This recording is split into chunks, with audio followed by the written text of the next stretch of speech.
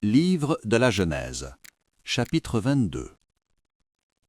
Après ces choses, Dieu mit Abraham à l'épreuve, et lui dit : « Abraham. » Il répondit : « Me voici. » Dieu dit : « Prends ton fils, ton unique, celui que tu aimes, Isaac, va-t'en au pays de Morija, et là, offre-le en holocauste sur l'une des montagnes que je te dirai. » Abraham se leva de bon matin, sella son âne, et prit avec lui 2 serviteurs et son fils Isaac. Il fendit du bois pour l'holocauste et partit pour aller au lieu que Dieu lui avait dit. Le 3e jour, Abraham, levant les yeux, vit le lieu de loin, et Abraham dit à ses serviteurs : « Restez ici avec l'âne. Moi et le jeune homme, nous irons jusque-là pour adorer, et nous reviendrons auprès de vous. » Abraham prit le bois pour l'holocauste, le chargea sur son fils Isaac, et porta dans sa main de feu et le couteau. Et ils marchèrent tous 2 ensemble. Alors Isaac, parlant à Abraham, son père, dit : « Mon père. » Il répondit : « Me voici, mon fils. » Isaac reprit : « Voici le feu et le bois, mais où est l'agneau pour l'holocauste ?» Abraham répondit : « Mon fils, Dieu se pourvoira lui-même de l'agneau pour l'holocauste. » Et ils marchèrent tous 2 ensemble. Lorsqu'ils furent arrivés au lieu que Dieu lui avait dit, Abraham y éleva un autel et rangea le bois.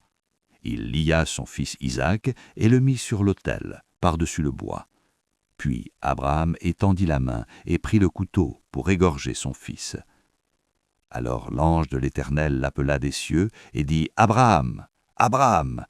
Et il répondit : « Me voici. » L'ange dit : « N'avance pas ta main sur l'enfant et ne lui fais rien, car je sais maintenant que tu crains Dieu et que tu ne m'as pas refusé ton fils, ton unique. » Abraham leva les yeux et vit derrière lui un bélier retenu dans un buisson par les cornes, et Abraham alla prendre le bélier et l'offrit en holocauste à la place de son fils. Abraham donna à ce lieu le nom de Jéhovah-Jireh. C'est pourquoi l'on dit aujourd'hui : « À la montagne de l'Éternel il sera pourvu. » L'ange de l'Éternel appela une seconde fois Abraham des cieux et dit : « Je le jure par moi-même, parole de l'Éternel, parce que tu as fait cela et que tu n'as pas refusé ton fils, ton unique, je te bénirai et je multiplierai ta postérité, comme les étoiles du ciel et comme le sable qui est sur le bord de la mer, et ta postérité possédera la porte de ses ennemis.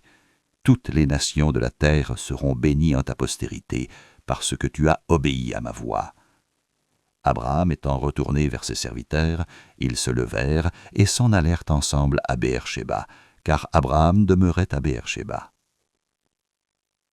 Après ces choses, on fit à Abraham un rapport en disant : « Voici, Milca a aussi enfanté des fils à Nachor, ton frère, Uz, son premier-né, Buz, son frère, Kemuel, père d'Aram, Kézed, Azo, Pildash, Jidlaph et Bethuel.